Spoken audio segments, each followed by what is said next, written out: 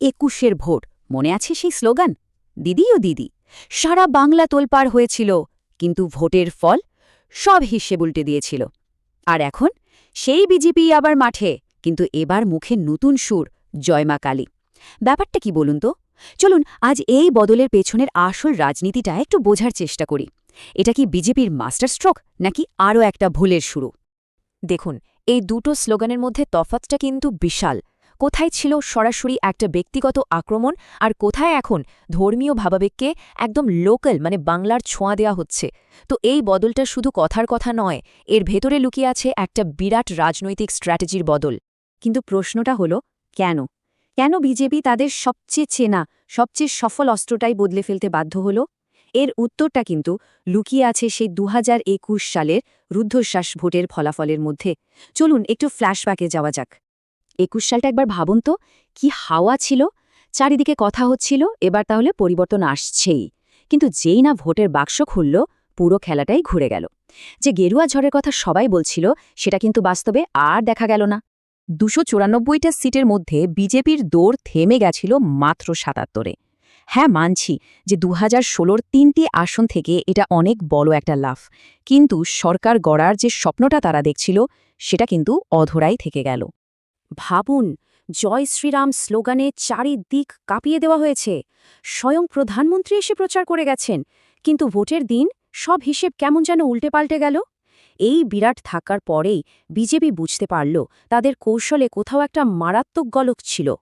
তো হারের পরে বিজেপি একটা গোপন সার্ভে করে, কেন হারল, কোথায় ভুল হলো, সেই কারণটা খুঁজে বের করার জন্য। আর সেই রিপোর্টেই এমন কিছু জিনিস উঠে আসে যা তাদের পুরো গেম প্ল্যানটাকেই প্রশ্নের মুখে ফেলে দিয়েছিল।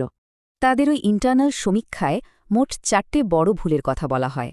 1 নম্বর, লক্ষ্মীর ভাণ্ডারের মতো জনপ্রিয় সরকারি প্রকল্পের সরাসরি বিরোধিতা করা।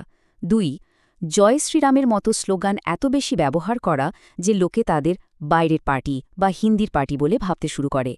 3 নম্বর, দিদি ও দিদির মতো টিপ্পনী, যেটা রাজ্যের মহিলা ভোটারদের একটা বড় অংশকে ভীষণভাবে আঘাত করেছিল। আর 4 নম্বর, যেটা খুব গুরুত্বপূর্ণ, বুথ লেভেলের সংগঠনটা ঠিকমতো মজবুত না থাকা। বিশেষ করে ওই একটা মন্তব্য, লক্ষ্মীর ভাণ্ডারকে ভিক্ষার বাটি বলা, এটা বিজেপির জন্য একটা বুমারাং হয়ে গেছিল। ভাবুন, যখন রাজ্যের কোটি কোটি মহিলা একটা সরকারি প্রকল্পের সুবিধা পাচ্ছেন, তখন সেটাকে ভিক্ষার সাথে তুলনা করাটা তাদের আত্মসম্মানে কেমন লাগতে পারে? আর এর ফল সোজা গিয়ে পড়েছে ভোট বাক্সে।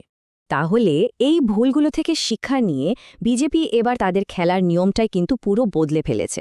চলুন দেখা যাক কিভাবে তারা প্রত্যেকটা ভুলকে শোধরানোর চেষ্টা করছে, আর তাদের এই নতুন প্লেবুকে ঠিক কি কি আছে। সবচেয়ে বড় বদলটা দেখুন, জয় শ্রীরাম থেকে সোজা জয় মা কালী। স্বয়ং প্রধানমন্ত্রী যে চিঠি পাঠাচ্ছেন, সেটাও শুরু হচ্ছে এই স্লোগান দিয়ে। এমনকি ব্রিগেডের মঞ্চ নাকি তৈরি হচ্ছে দক্ষিণেশ্বর মন্দিরের আদলে। মেসেজটা একদম পরিষ্কার, বাইরের দলের ট্যাগটা ঝেড়ে ফেলে বাংলার কালচারের সাথে, ঐতিহ্যের সাথে মিশে যাওয়ার একটা মরিয়া চেষ্টা।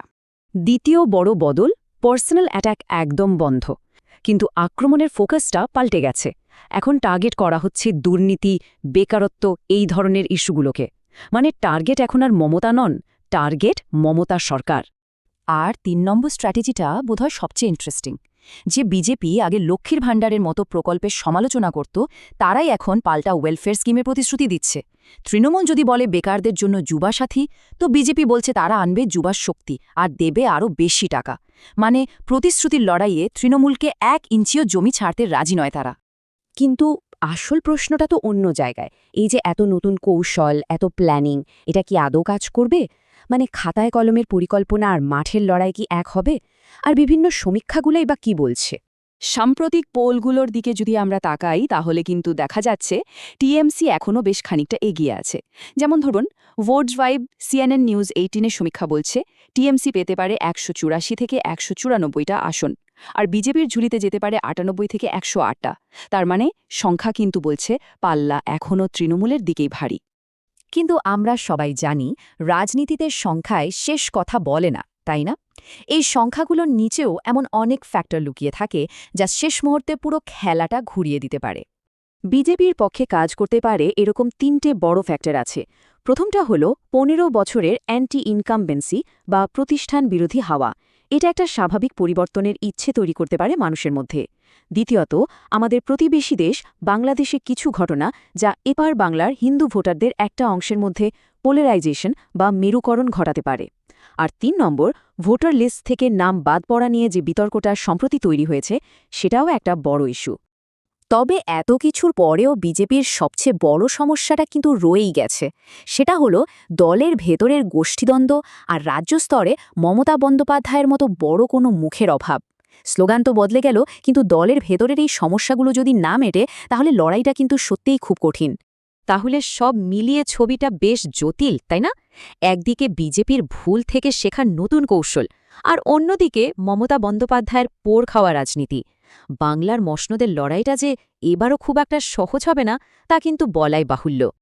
বাংলার রাজনৈতিক ভাগ্য নির্ধারিত হতে আর বেশি দেরি নেই। ২৩ আর ২৯ এপ্রিল ভোট, আর ৪ মে সেই বহু প্রতীক্ষিত রেজাল্ট। এই দিনগুলোই ঠিক করে দেবে আগামী ৫ বছর বাংলার ভবিষ্যৎ কী হতে চলেছে।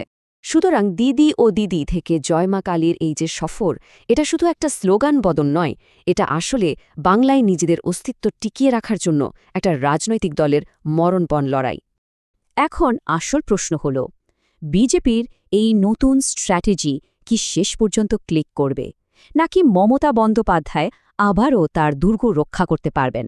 আপনাদের কি মনে হয়, কার পাল্লা ভারী? মতামত অবশ্যই কমেন্টে জানাবেন। আজকের মতো এখানেই শেষ করছি। ধন্যবাদ।